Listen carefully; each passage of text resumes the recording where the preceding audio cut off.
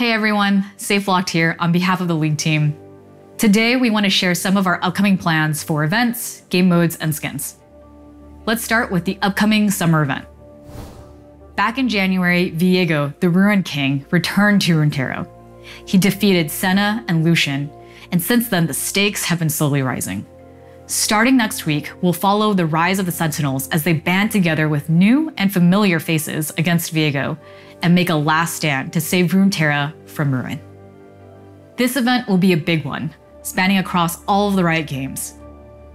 After Spirit Blossom, we heard how much you enjoyed these more immersive events in the client, and so we'll be doing something similar for Sentinels of Light. Additionally, this event will be based in core canonical lore. Every skin, story, and moment you experience in the MOBA will be moving the story of Runeterra and its champions forward, which is something we know you've wanted for a long time. This won't always be the case for our big events. Each year, we'll explore different directions to help them stand out on their own, rather than continuing a pattern. No matter what it looks like, we hope those of you who enjoyed Spirit Blossom will be excited for Sentinels of Light and whatever 2022 might bring, and so on. And with that, let's jump into game modes. When it comes to game modes, we believe modes that amplify champion fantasies are a sweet spot. For example, in URF we amplify fantasies by asking, what if my champion could cast all the time? And in One For All we ask, what if my champion could stack with itself? We've been running game modes like this alongside every event, but we know it's been a while since we've tried something new. So today, I'm happy to say that we're launching a brand new game mode alongside the Sentinels of Light event. This mode started with a different question. Which ultimate would you steal to pull off the wombo combo of your dreams? The result is Ultimate Spellbook. In Ultimate Spellbook, you get to choose another champion's ult from 3 different options. You'll still get your ultimate as usual, and your new ult will take the place of one of your summoner spells. This means you'll be able to use it after a short initial cooldown. Have you ever wanted 3 gap closers on Nasus? Or to double snipe an enemy?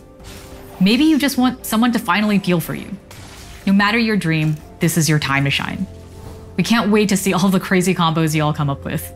And with that, let's hand things over to Ambrielle, who's going to talk a little bit about skins. Hi everyone, I'm Ambrielle and I'm the product lead for the skins team, filling in for Bellissimo. We have a lot to talk about, so let's jump right into it.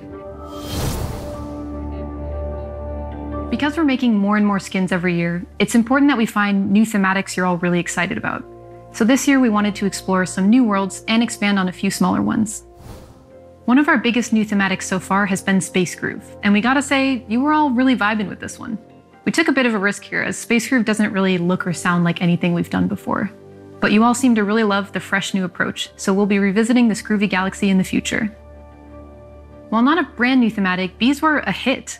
During development, our team was excited about them, but we were still surprised by just how much you loved them. So you can definitely expect to see more bees buzzing onto the Rift at some point. One new thematic that didn't go as well as we'd hoped was Lunar Beasts. Sometimes we try something new and it just doesn't hit the mark.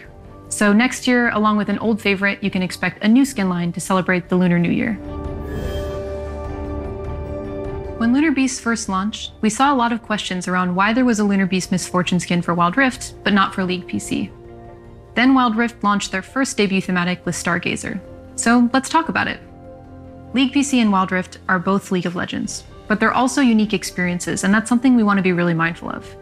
These games don't have the same champions, and which champions recently got a skin will also be different.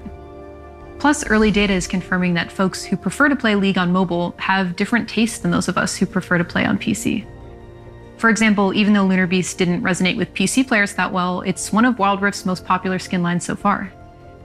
With all this in mind, sometimes League PC and Wild Rift will explore totally different thematics. Other times we'll collaborate on the same thematic, but maybe we'll choose different champions. Or maybe we'll launch the same skins, but they just look a little bit different between games. The same thing applies to the new Legends of Runeterra champion skins. You can expect to see more skins that debut in Wild Rift and Legends of Runeterra. That doesn't mean they'll never come to PC, but it's also not a sure thing that they will. It all depends on how the skin is received, and more importantly, if we think there's potential for it to do well in another game compared to any other skin we could make.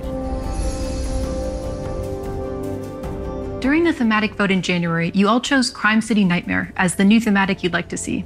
Debonair 2.0 came in at a close second, so we decided to make them both. First up is Crime City Nightmare, the dark and mysterious Cthulhu-inspired cityscape. Since January, we've made a lot of progress on building out this world. This means everything from shape language to color schemes and determining just how many spooky eyeballs is too many.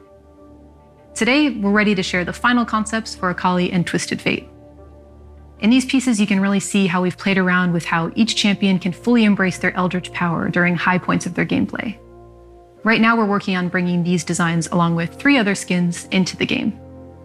If everything goes as planned, the dark underbelly of Valorant City will make itself known next month. Then later this year, Debonair 2.0 will tell the story of champions vying for powerful elixirs in a modern noir world. We're still early on in development for exploring this opulent universe, but are excited about the progress we've made in landing their VFX in a really fresh space.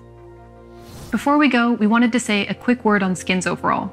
We've been keeping up a pretty good pace these days, and we're on track to hit over 140 skins this year. As a part of that effort, we've made more skins for underserved champions, and while there's always more work to do, one name has been coming up more often than others, and that's Kayn.